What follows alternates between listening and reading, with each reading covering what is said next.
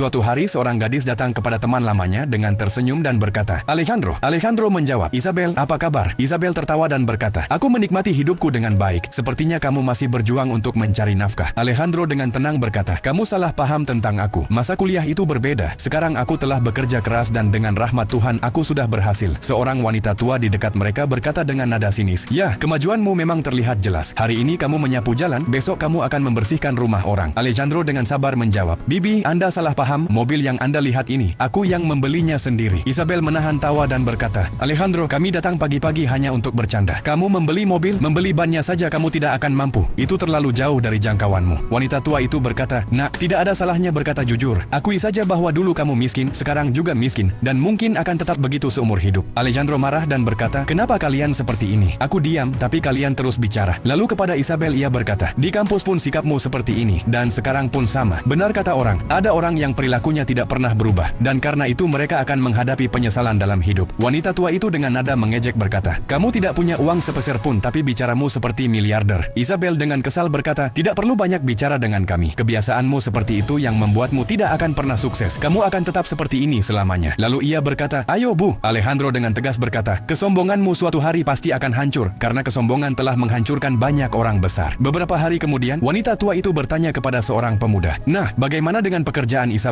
Pemuda itu menjawab, jangan khawatir, anggap saja sudah selesai. Wanita itu berkata, kami tidak mampu membayar sebanyak itu. Pemuda itu menjawab, bosku punya perusahaan di Delhi juga. Isabel bisa bekerja di sana dan membiayai kuliahnya sendiri. Lalu ia berkata, aku harus pergi ke rapat penting sekarang, Isabel. Besok aku akan meneleponmu. Datang saja ke kantor, bos akan bicara langsung. Isabel dengan nada tenang berkata, baik, aku akan datang tepat waktu. Keesokan harinya, Alejandro pergi menemui bosnya dan berkata, Pak, visa belajar adik saya sudah keluar. Anda pernah berjanji akan membantunya mendapat pekerjaan di perusahaan cabang Delhi. Bos menjawab, ya, pekerjaannya akan diatur. Panggil adikmu. Alejandro berkata, Pak, saya sudah membawanya. Bos mengizinkan. Baik, panggil dia. Alejandro memanggil, Pak, ini adik saya, Isabel. Begitu melihat Isabel, bos itu terkejut dan berkata, adikmu tidak bisa bekerja di perusahaan kami. Alejandro dengan heran bertanya, kenapa Pak? Anda belum melihat CV-nya? Bos dengan serius berkata, saya sudah mengenalnya sejak dulu. Kami kuliah bersama. Waktu itu dia dan ibunya memperlakukan saya dengan sangat buruk. Mereka menertawakan saya. Sayangnya, dia belum berubah sampai sekarang. Kamu saudaranya, sebaiknya kamu menasihatinya. Maaf, tapi saya tidak bisa menerimanya bekerja di perusahaan ini, karena syarat pertama di perusahaan kami adalah sikap yang baik. Alejandro dengan nada sedih berkata, Pak, tidak perlu minta maaf. Jika itu kesalahannya, maka dia pantas menerima akibatnya. Saya sudah sering menasihatinya, tapi dia tidak pernah mau mendengarkan. Sekarang, lebih baik dia pergi dari sini. Kesombongan menjatuhkan manusia, dan sikap yang baik adalah kunci kesuksesan yang sejati. Jika kamu menyukai video ini, jangan lupa untuk like, share, dan subscribe.